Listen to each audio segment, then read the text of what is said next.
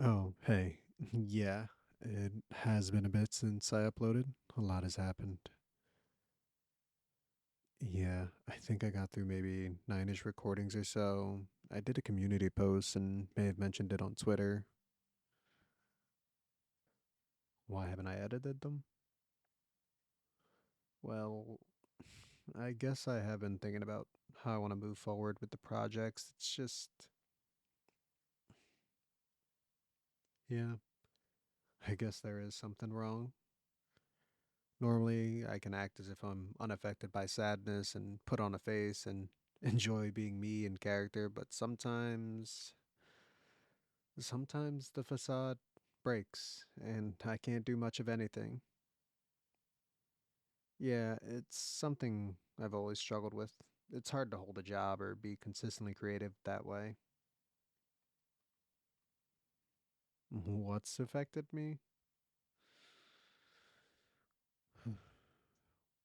Well, if you're uncomfortable with hearing someone face grief or thought this was a happier script, this is your out. Yeah, this is scripted. I did a candid version with a lot of crying and sniffling and felt I wouldn't get the message across. I don't know. It felt bad not saying everything in both the logical and emotional sense, I guess. I may even post the kind of depressing version unlisted.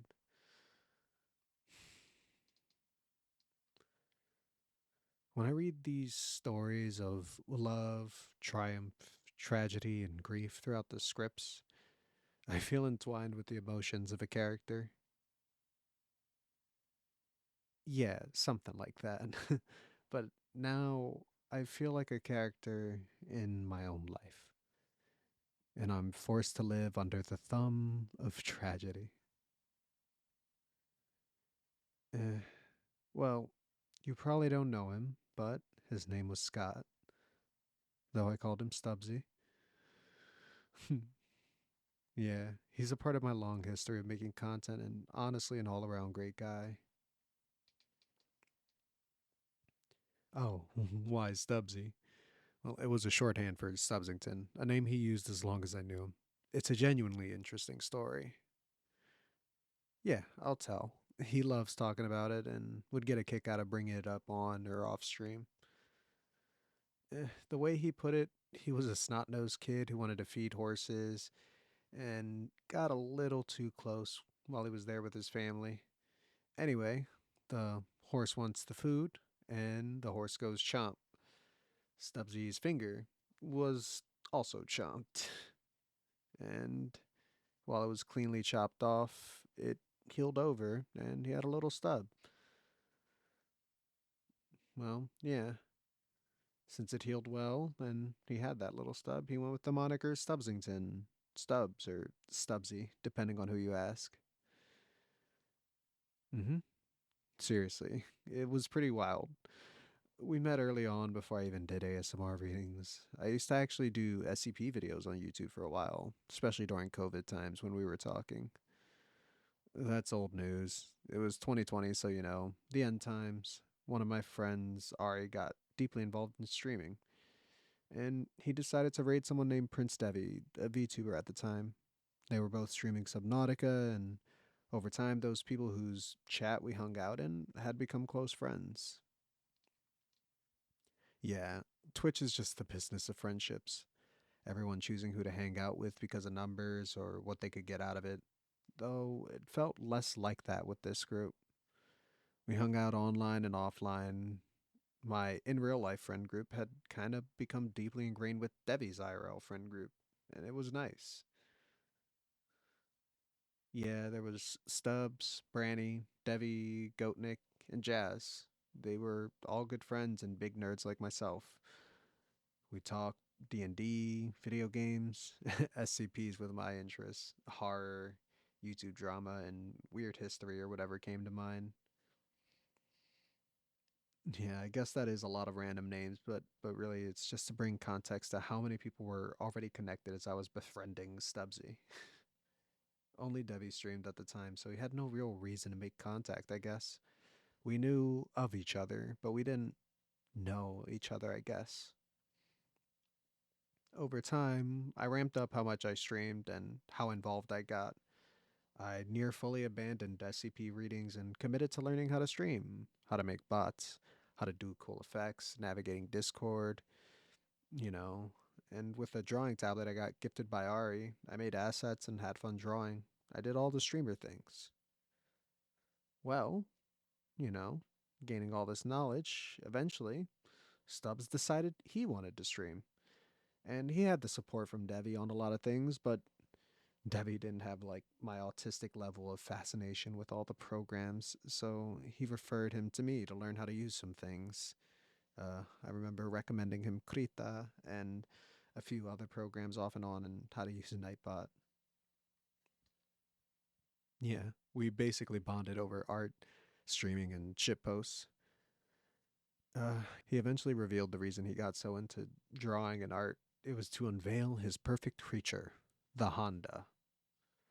No, not the car. It was a horse, one of his greatest fears, mixed with a panda, something that he found extremely cute. And at some point, I think he got some famous TikTok artist to draw it once too. It was awesome. Here, look, I'll show you. I don't know if I have the TikTok one, but I can show you his drawing of it. Yeah. If it was cute, we'd gush over it. If it was a pretty e-girl cosplaying or being emo-y goth, we simp together. No matter what, we just tried to make each other laugh in the process. And I think that was the biggest thing. He did always try to make you laugh.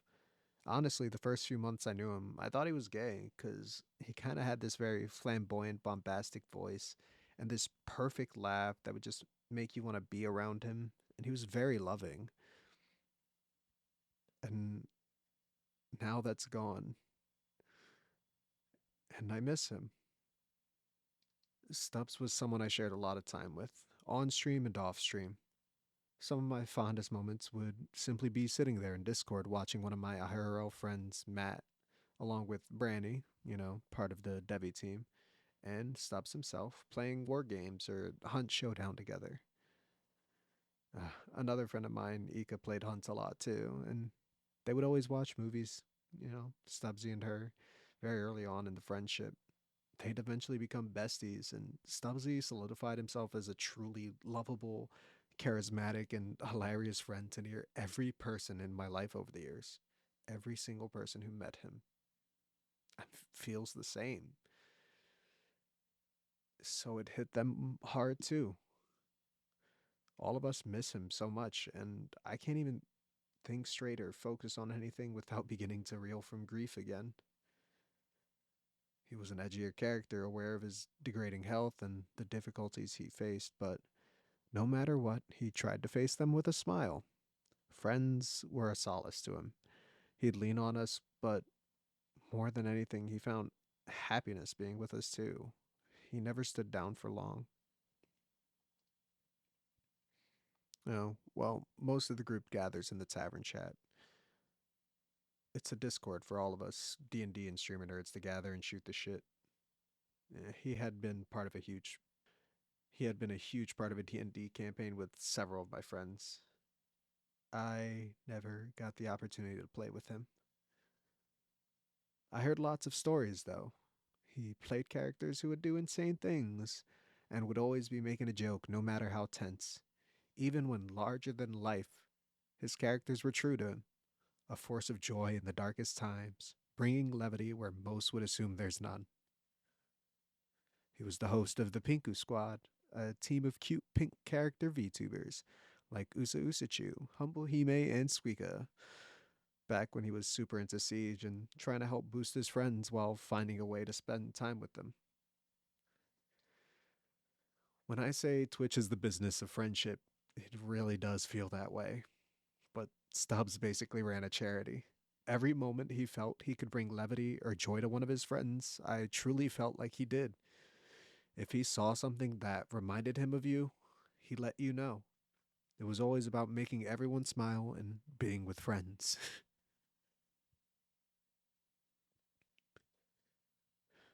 When I started this ASMR thing, he was in my corner cheering me on too. fully supportive. One of the stubisms I'd like to bring into everyone's life. My absolute favorite is chase your bliss. No matter how little or how much he understood. If you were happy, he was happy. I want Stubbs to chase his bliss wherever that may be now. I want everyone to chase their bliss and have a Stubbs in their life. The world deserves that kind of light and happiness. Before his last D&D session, I got the blessing of one last conversation, and I'm so fucking glad I did. I only asked him one question before the game started, before I would never hear from him again. Yeah. The Discord had fell silent, even though we had 9 people in there. And since I knew they were waiting for another member to join for D&D, I don't know what compulsed me, but I just said, "Hey Stubbs, I miss you, man. Just update me on everything in your life, like genuinely. How's it going?" And yeah, he started with the bad, his health, his worries about his immune system getting weaker, but he was hopeful. Then, despite all the years I known him to be a one-man show, he had a partner. He felt loved and was in love. He was happy and was enjoying his D&D sessions with friends. He got a new job that was hard for him, but he felt like he was getting it and he was ready to fake it till he made it. He was confident in his future, even if he was a little worried. And then a dum of a Discord join. One last, "I love you, dude. See you when I see you" exchanged. And one last conversation with him. It's hard. I wake up delusional that when I log on every day, it'll all have been some sick joke. He'll speak to us again and we'll all laugh and scream and cry. Reality doesn't offer us the same stories that scripts do. They don't always provide the solace of someone's return. They don't provide the grief of actual loss. And while Scott's mortal story has come to an end, Stubzington is immortal for me. He is joy. He is laughter. He is pure, energetic kindness. I hope Scott's in a paradise with the e-girl he's dreamed of, with plenty of games to play, and an audience there to watch and enjoy his performance every time he wants to make someone laugh. A place where Hondas aren't a car, but a creature. A place where friends will always be there when he needs them. At the very least, I hope he's at it. At the very least, I hope he's at peace with the happiness he spread and understands that he was loved. Yeah, I guess that is a lot. Realistically, I don't think words can express the emotions I feel when I think of our history. I don't think words can express my sadness for the lost time. I don't think words can express who Stubbs was. Still, I feel like there's great power in saying what I feel.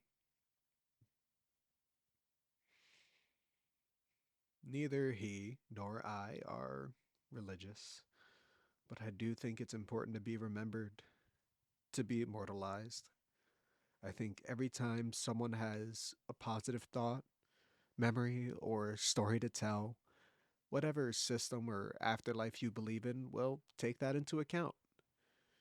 Even if nothing else, it helps his mortal memory to remain, at least until we see him again. I don't know what the grand play of life has planned for him, but I hope you heard a little and thought of someone who provides you with what Scott provided for me and for everyone. What do I mean? I hope you have a friend you can sit and watch play games or enjoy movies with. Someone who cracks jokes no matter how bad things are. an avid defender of what's right, someone who understands the struggles of finding love but never was devoid of it, someone who will talk to you when you need a voice of support, someone that, no matter how hard things seem, will always make you feel like things could be worse and that the struggles and grief of life are part of its beauty. Scott, Stubbs, buddy, until I see you next time, take care of yourself.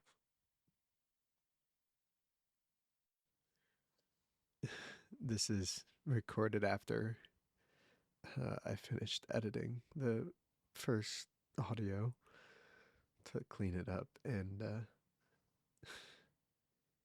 I was going through my files to find the audio file, and then I see bliss.jpg after listening to my own last line. After saying, Scott, buddy, I hope you find your bliss. And almost as if he's speaking directly to me. Here's the picture.